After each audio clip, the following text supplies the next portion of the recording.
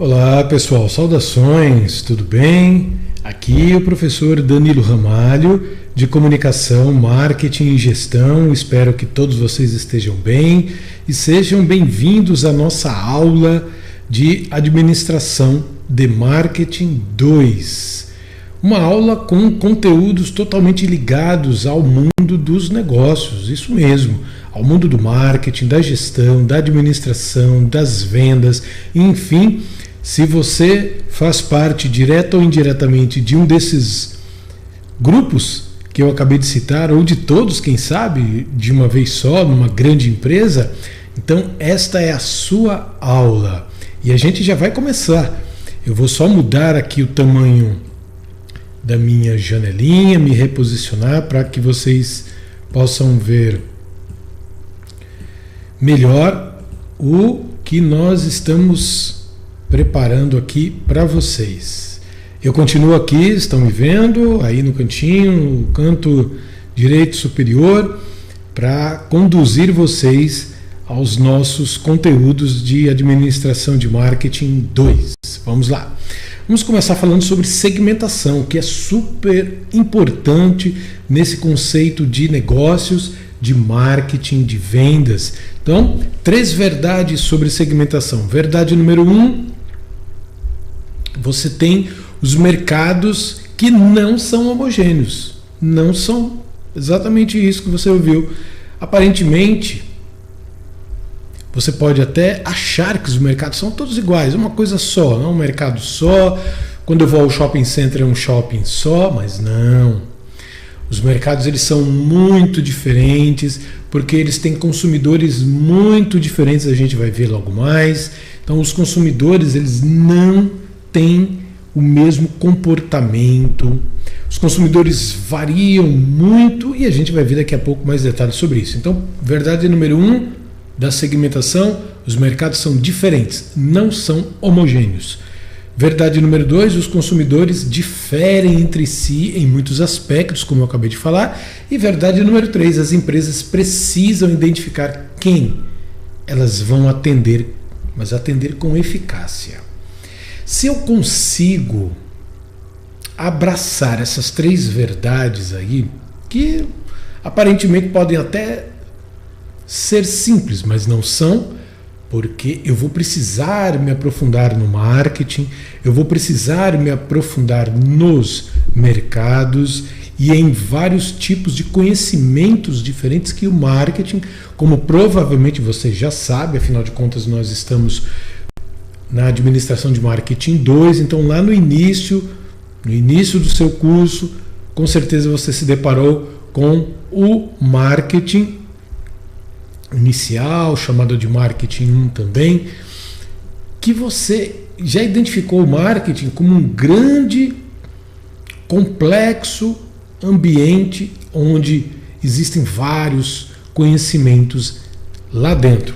Então, eu me utilizo da psicologia, eu me utilizo da economia, eu me utilizo da administração, eu me utilizo da gestão, eu me utilizo de uma porção de conhecimentos que não são do marketing, mas que o marketing vai lá e vai beber dessas fontes. Então, se eu consigo abraçar estas 3 verdades sobre segmentação, que é o meu início de tudo, então eu já estou no caminho certo.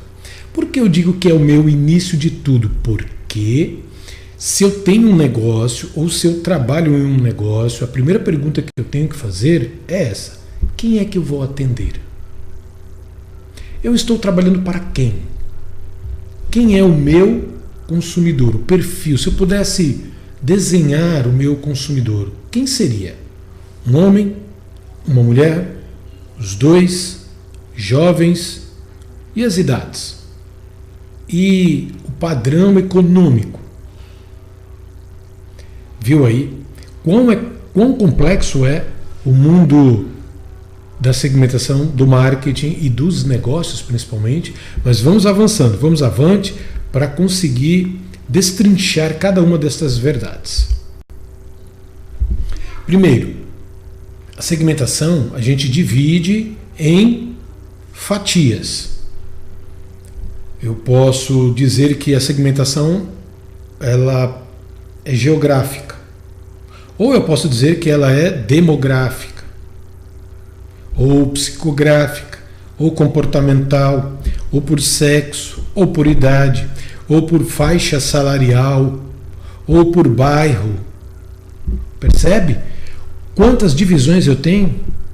E isso já me lembra uma outra verdade sobre segmentação. O que é a segmentação? É uma divisão. Eu pego o meu mercado, que é um mercado gigante, muito provavelmente. Vamos imaginar o mercado de alimentos, de culinária, de restaurantes, de lanchonetes, de festas e buffets. O mercado de alimento é enorme, é gigante. Então eu não posso dizer assim, eu trabalho para o mercado de alimentos, porque é um mercado gigante. Muito provavelmente a minha empresa não vai dar conta de atender esse mercado tão diversificado, tão diferente entre si. Então eu preciso dizer assim, não. O meu segmento é o mercado de alimentos, festa. Festa para quem? Festa para gente rica, ou festa para classe C. Eu não consigo atender os dois ao mesmo tempo. Tanto as festas de gala, quanto as festas mais humildes de bairro. Ou eu foco em um, ou eu foco no outro. Eu não consigo focar nos dois, ou em 3 ou 4. Então, eu preciso fazer as divisões. É o primeiro passo que você, se você é um empreendedor, ou pretende ser, ou se você é um gestor da sua empresa, primeira pergunta que você tem que responder: eu vou atender quem? Isso é fundamental. Para quê? Para que o seu mercado, aliás, para que a sua empresa se mantenha de pé. E você saiba usar o marketing para aquele segmento.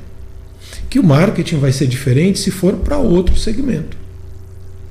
Ou você faz marketing para mulheres do mesmo jeito que você faz para os homens.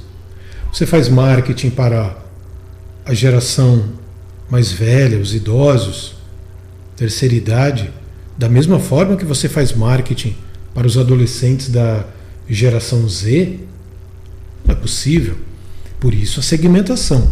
Por isso é importante a gente entender a segmentação. Então, eu já estou entendendo. A segmentação é a divisão do mercado. Eu não atendo o mercado inteiro, eu divido. Cada divisão dessa é uma segmentação. E essa divisão, para ajudar, pode ser geográfica, pode ser regional, de bairro, de cidade. A minha empresa atende determinado bairro. Eu tenho uma pequena marmitaria, por exemplo. Não é verdade, eu só estou dando exemplo. Eu tenho uma pequena marmitaria que atende o meu bairro e os outros vizinhos, mas não atende a cidade inteira. Então eu preciso conhecer muito bem o que? O meu bairro e os bairros vizinhos. O perfil das pessoas que moram no meu bairro e nos bairros vizinhos. Está vendo como ajuda a segmentação? Imagina se eu fosse ter a preocupação de fazer diversos pratos, diversas quentinhas, diversas receitas para a cidade inteira. É muita gente, não é não? Então eu segmento isso. É claro que eu posso ir crescendo para toda a cidade. Daqui a alguns anos eu posso dominar a cidade. Mas cada região vai ter seus pratos preferidos. Então, eu posso até ter uma central, mas aí eu já seria uma grande empresa. Eu já vou distribuir para a cidade inteira. Mas enquanto isso, eu preciso entender do meu espaço ou do meu quadrado, cada um no seu quadrado. Então eu posso segmentar pela demografia, pela idade do meu cliente, tipo de família para quem eu trabalho, para quem eu atendo, qual é a geração X, Y, Z, Baby Boomer. Já estudaram isso, né? Se não, pesquise. As gerações Baby Boomer dos mais velhos, X dos maduros, Y dos jovens, Z dos adolescentes, Alfa dos menorzinhos e aí vai, não é? Por sexo, como eu falei, você atende homens e mulheres da mesma forma? Não pode. São necessidades diferentes. Em alguns momentos, é claro, que você pode ter produtos e serviços no famoso termo unissex. Mas quando você vai se especializando em um determinado segmento, aí não tem como você fazer a mesma coisa para o homem e para a mulher. Vide os salões de beleza das mulheres e hoje as barbearias, não é? Então, são dois universos diferentes. Antes, o universo das barbearias, praticamente eram pouquíssimas barbearias, aquelas bem tradicionais. Hoje, nas barbearias, deve ter uma, duas ou várias, como no meu bairro, existem várias. Devem ter várias aí no teu bairro também. As barbearias super descoladas, bem montadas, bem decoradas, com o quê? Com decoração masculina. Você vai no salão de beleza, a decoração é feminina. Então, tá vendo aí? Pode ser também uma divisão de segmentos psicográficos, ou seja, o comportamento, os valores que as pessoas têm na vida, e aí você também vai entrar nesse conhecimento dos valores e vai ligar os valores da tua empresa com os valores do teu cliente. Comportamental, como eu também citei, o comportamento de compras das pessoas. Por exemplo, existem pessoas que continuam preferindo a compra em um local físico, vai até a loja, mas isso está cada vez mudando mais, com mais velocidade, pela compra, a troca pela compra online. Então, qual é o comportamento do teu consumidor? Ele compra online ou ele compra somente fisicamente? Ele usa aplicativo para pedir o produto que você vende? Ou ele usa o telefone? Ou o WhatsApp? Entendeu aí? Segmentação. Como é importante a segmentação? Vamos para frente. Aqui eu tenho de um lado aí essa pirâmide invertida exatamente para falar da segmentação, dando o exemplo de mulheres. Olha como eu posso segmentar uma empresa que deseja trabalhar para as mulheres. Eu não sei ainda, professor, mas eu só sei que eu quero trabalhar para o público feminino. Aí eu pergunto, na minha consultoria de marketing, eu pergunto, e aí? Mulheres, existem vários tipos. Que tipo de mulher? Eu não sei. Mulheres. Não, mas mulheres? As mulheres são muito diferentes entre si em várias coisas. E aí, dá uma olhadinha na pirâmide invertida. Mulheres, mulheres casadas, mulheres universitárias, casadas e universitárias. Casadas universitárias trabalham fora e são mães. Olha a divisão bem simples, mas super realista de um negócio que quer trabalhar para as mulheres. No começo, o nosso empreendedor achava que mulher era tudo igual. E não é. É uma consumidora com muitas facetas. Então, mulheres casadas, não me interessam as solteiras, eu quero as casadas. Mulheres universitárias, não interessa as mulheres que não estão na universidade, eu quero que aquelas que estejam, porque o meu produto tem a ver com elas. Trabalham fora, ou seja, e são mães, ou seja, mulheres que têm pouquíssimo tempo. Então talvez o nosso empreendedor tenha alguma solução, algum serviço, algum aplicativo que ajude mulheres tão ocupadas assim. Ok? É assim que nós pensamos a segmentação. Claro, a segmentação também pode ser de empresa para empresa. Muitas vezes a sua empresa não trabalha com o consumidor final. A sua empresa, como a gente vai ver no varejo daqui a pouco, a sua empresa trabalha para prestar serviços para outras empresas ou vender produtos tangíveis, mas para outras empresas. Você já deve ter ouvido falar no B2B, business to business, ou seja, negócio para outro negócio. Uma empresa vendendo para outra empresa. Também eu posso fazer a segmentação muito parecida com a segmentação humana sobre consumidores finais, usando a demografia, onde a empresa se localiza, o operacional, que tipo de empresa é, se é uma empresa tecnológica, que tipo de argumento, que tipo de venda, que tipo de relacionamento eu devo ter com uma empresa tecnológica, sim, não é? Abordagem de compras, como eles fazem as compras, eu mando um representante até eles entram no meu site. Então, não muda muito o relacionamento da segmentação entre duas empresas ou entre uma empresa e o consumidor final. Falei agora há pouco que a gente nos aprofundaríamos sobre o varejo. Acabou de chegar o varejo. E aí a gente faz uma divisão entre varejo e o atacado. Daqui a pouco falaremos do atacado. Primeiro, varejo. Então, uma boa definição, bem simples, consiste em todas as atividades que englobam o processo de vendas de produtos ou serviços para atender quem? O consumidor final.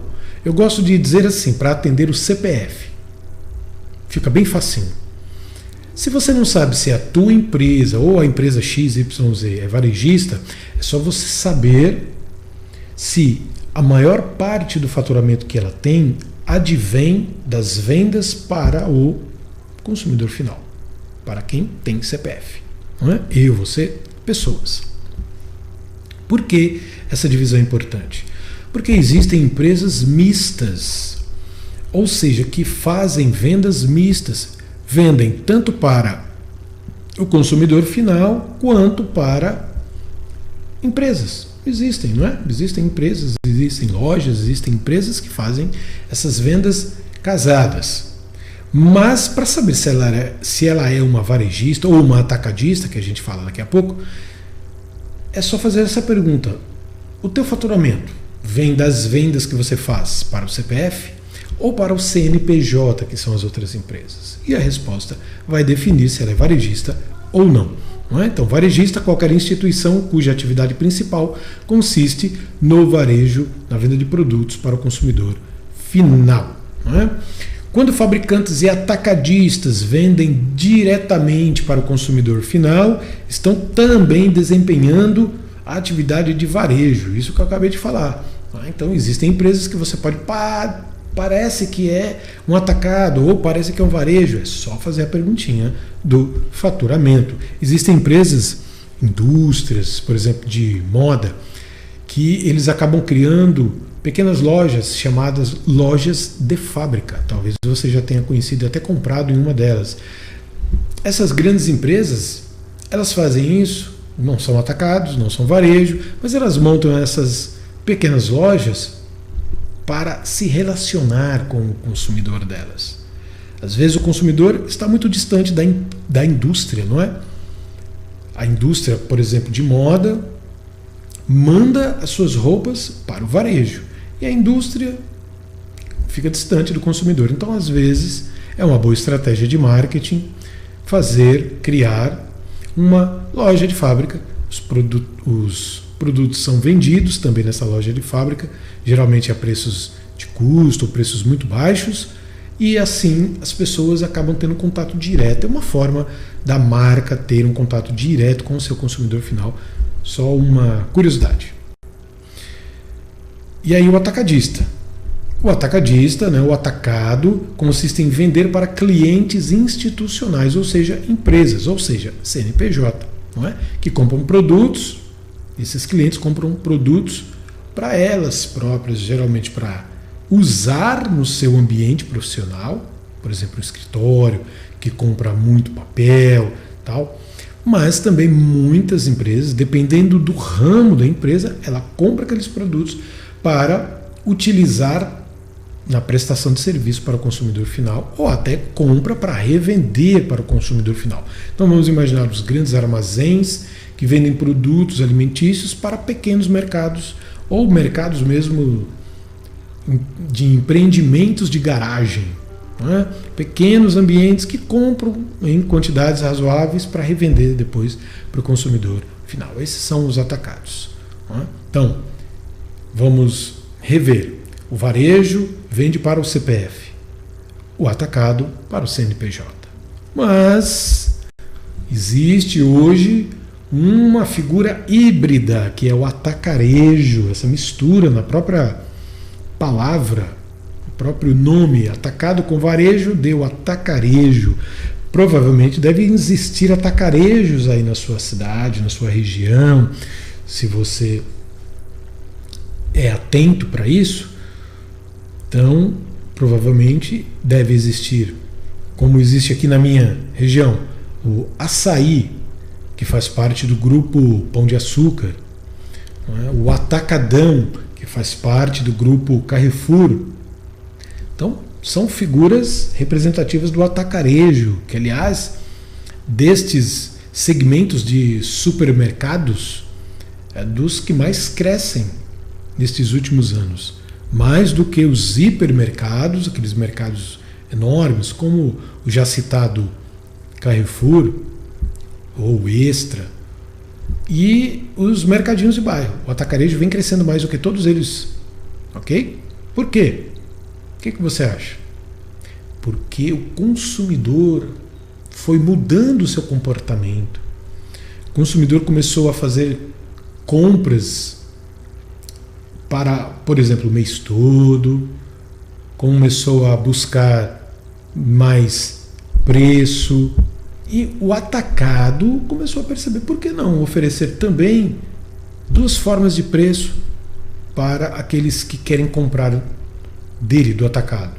Então, se você for no atacarejo alguma vez, você vai perceber, existem dois preços, aquele de quantidade, o CNPJ, e o de pequena quantidade, o CPF. E aí foi uma grande sacada dessas empresas se transformarem em uma mistura de atacado com varejo, o atacarejo. Ele tem cara de atacado, corredores bem largos, as estantes onde ficam as mercadorias são enormes, como um grande depósito. Não mudou a cara de atacado, é um grande depósito. Mas o fluxo de clientes é muito diferente agora. Você encontra talvez mais clientes CPFs do que CNPJs. E qual é o papel do varejo hoje? A gente precisa refletir. Varejo provavelmente é dos segmentos da economia, que faz parte da maior parcela da economia. O varejo hoje, ele está completamente diante de um dilema. Ele tem que mudar, porque o comportamento do consumidor muda, a tecnologia muda, e tudo isso vai influenciando as empresas de varejo. Então ela tem que repensar o seu papel. O varejo tem que repensar o seu papel de empresa, seus custos, seus investimentos, forma de relacionamento com o cliente, a forma de vender. Muitas empresas nem existem fisicamente e são gigantescas, como a Amazon, por exemplo, como a Netflix, que é uma prestadora de streaming, serviços, ou a própria Amazon Prime, concorrente. Então você vê a possibilidade hoje de empresas surgirem e nem precisam ter lojas físicas. Se você trabalha no varejo, se prepare. As mudanças que com certeza você já está sentindo, elas não vão parar aí. Elas vão continuar avançando cada vez mais. Vamos lá falar de varejo, não é? Os varejistas, classificação.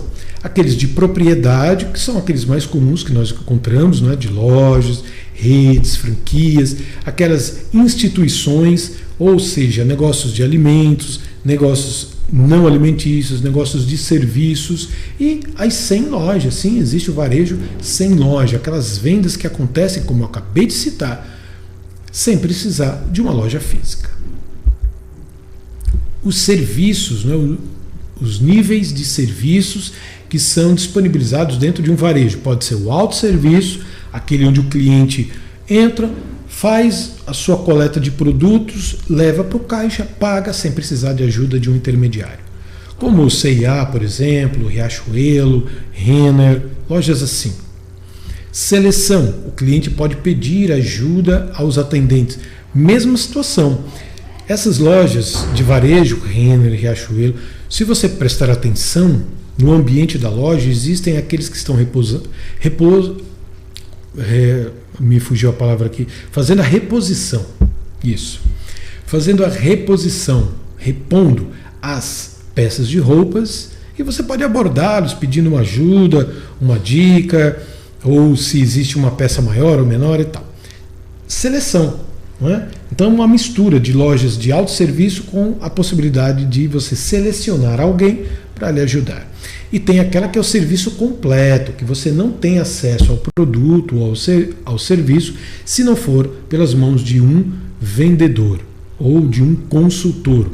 Não é? Muitas vezes as empresas estão mudando a nomenclatura de vendedor para consultor, exatamente porque elas querem mirar, não naquele que tira o pedido, naquela figura clássica do vendedor que só está ali para tirar o pedido, não é? Emitir a nota fiscal. Mas ela quer criar um relacionamento daí consultor e não vendedor.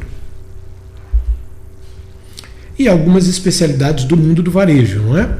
As especialidades literalmente, não é? Literalmente, ou seja, aquelas lojas especializadas em determinados produtos ou serviços, é uma coisa mais restrita. Uma loja de instrumentos musicais, por exemplo, não vai vender geladeira, vai vender só instrumentos musicais, especialidades.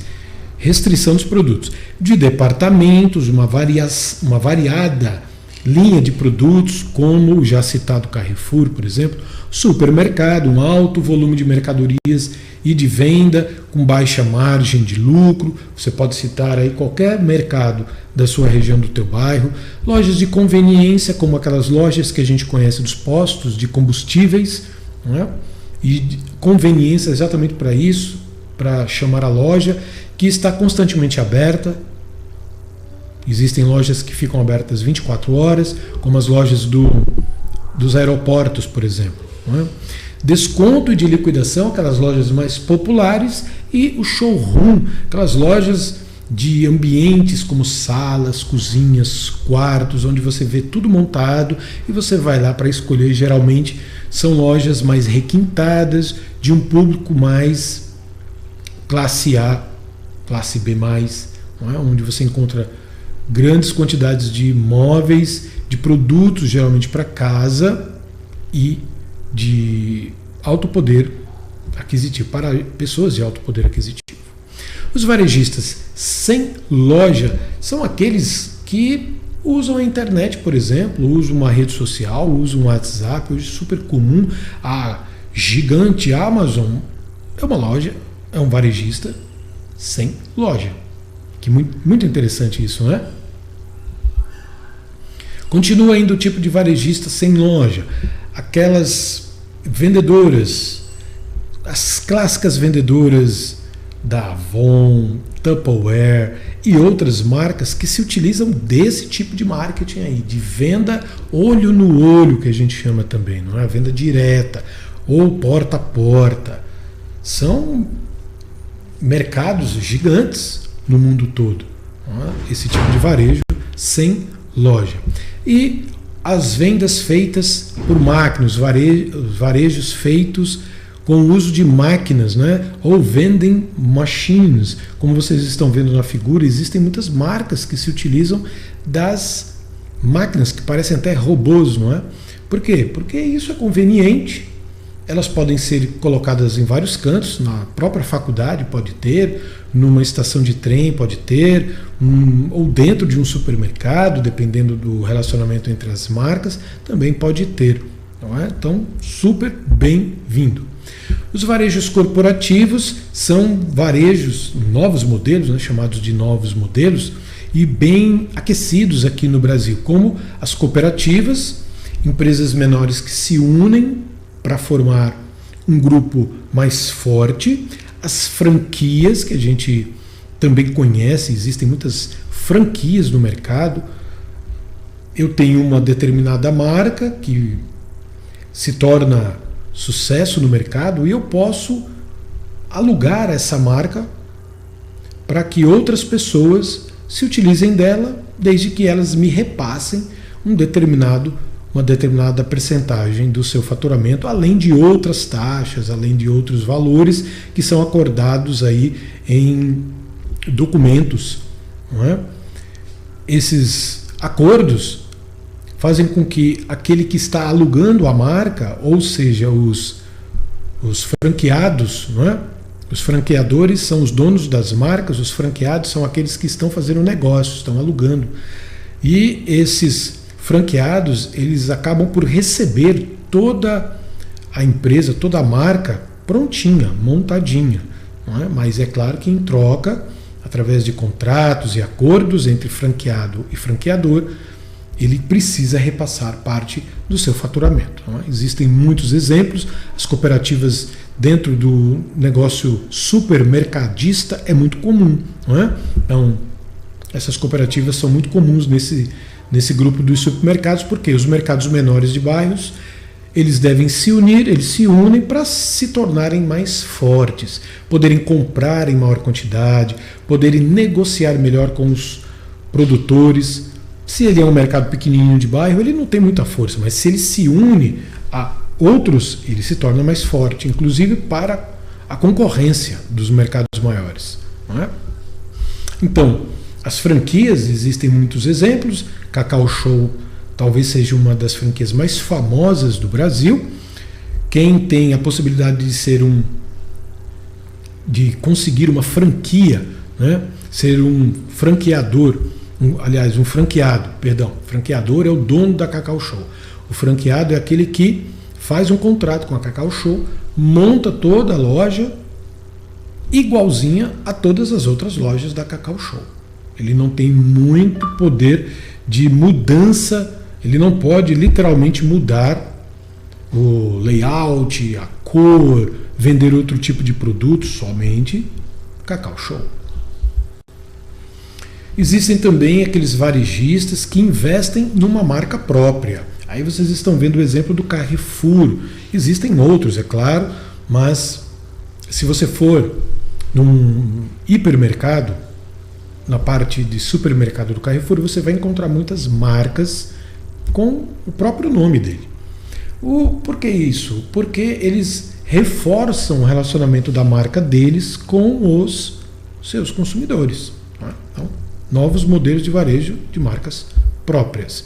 Existem também, destas novas formatações de varejo, aquelas chamadas Store in Store, loja dentro de loja, que provavelmente você também já deve ter visto por aí.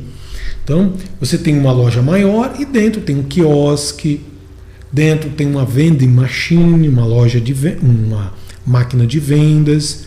Por que isso? Porque o público pode atrair de uma loja para outra.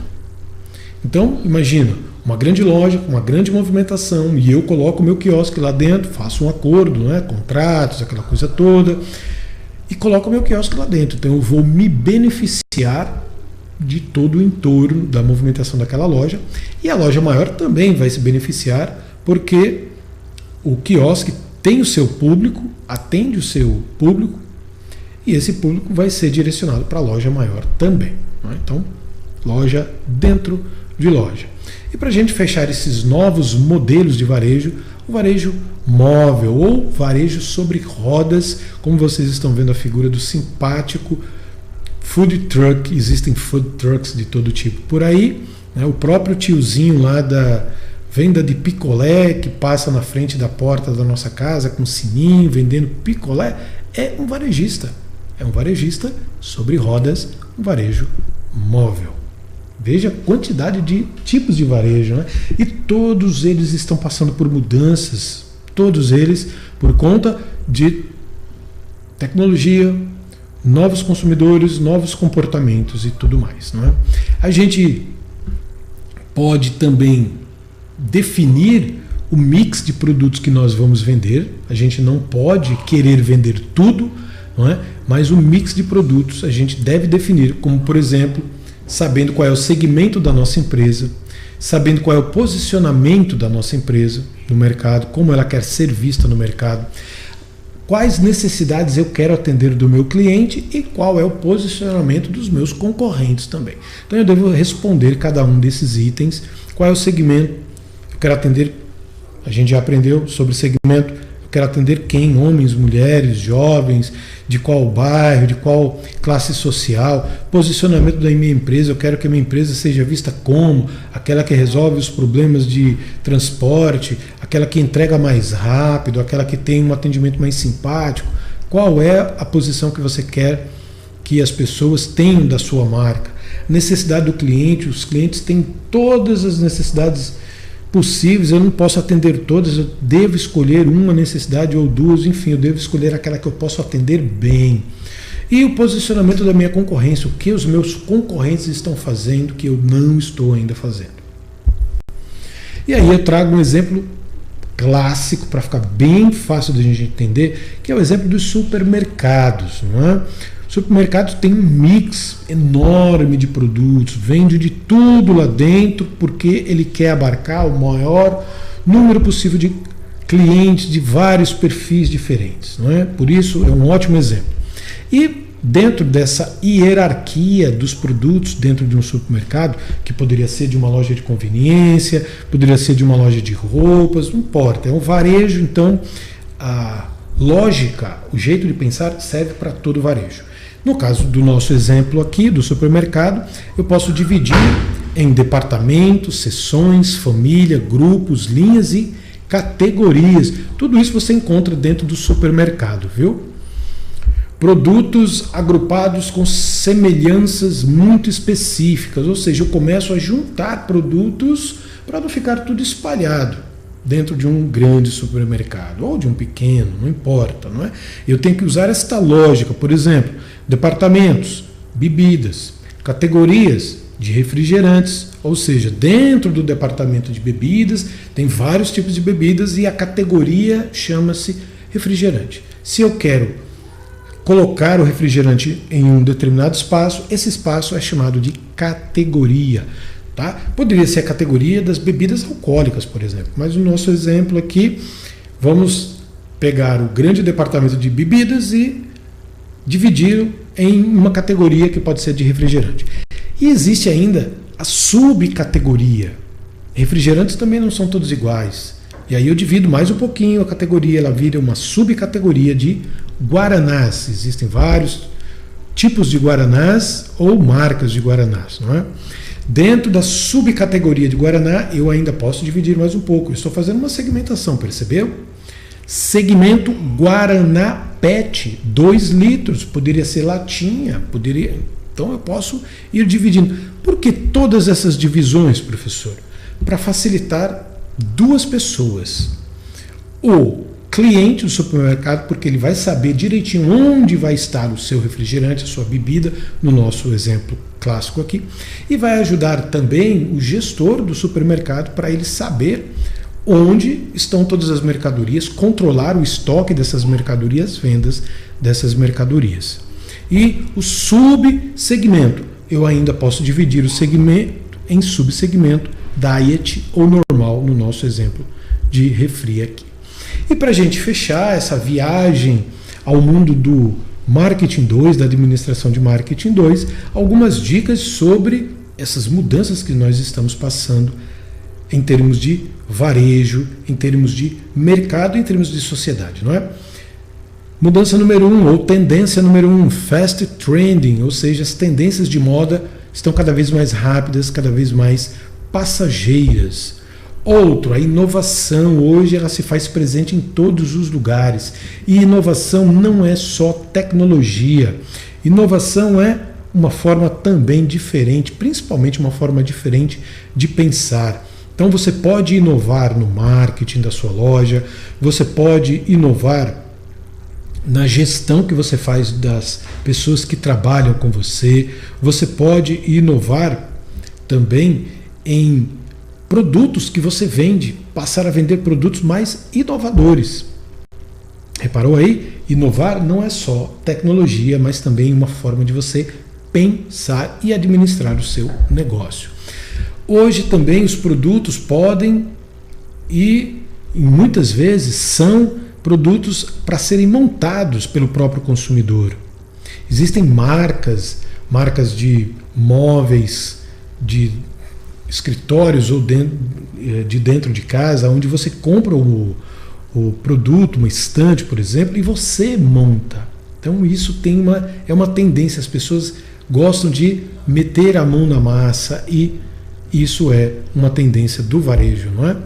Customer 360 graus, ou seja, o cliente está no centro das atenções, deve estar no centro das atenções das lojas, das empresas, das marcas. Customização em massa, não é? A ideia de você fazer produtos customizados com a cara do teu cliente. Como eu já falei, o consumidor no centro das decisões das empresas, nada fora disso. Vender experiência não é vender somente o produto ou serviço, mas vender um ótimo atendimento, um pós-venda. Isso gera experiência. A integração dos canais. Hoje a sua empresa não pode ter só a loja, ou só o site, ou só o entregador. Todo mundo tem que estar integrado, falando a mesma língua, usando, por exemplo, a mesma farda, as mesmas cores, o mesmo tipo de atendimento. É um grande desafio isso aí, tá bom? Para as lojas, para as empresas é um grande desafio, mas não pode fugir desse desafio. Os combos, ou seja, produtos que são casados e vendidos de forma unida, de forma casada, não de forma mais separada. Claro, você sempre vai ter a opção de separado, mas os combos, eles vieram com essa ideia de que eu posso unir vários desejos ou vários sabores, como a gente está vendo aí na telinha, por um único preço. Isso é também uma grande tendência.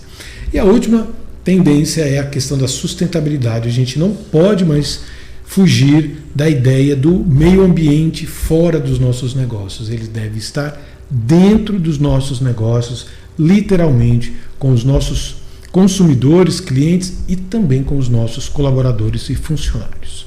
Ok? Espero que você tenha gostado dessa viagem, desse mergulho no mundo da administração do marketing, onde nós vimos vários conceitos desse universo. Literalmente é um universo marketing, de tanto conhecimento que tem nele. Agradeço a sua atenção e espero estar com vocês em outras disciplinas. Muito obrigado e avante no sucesso de vocês.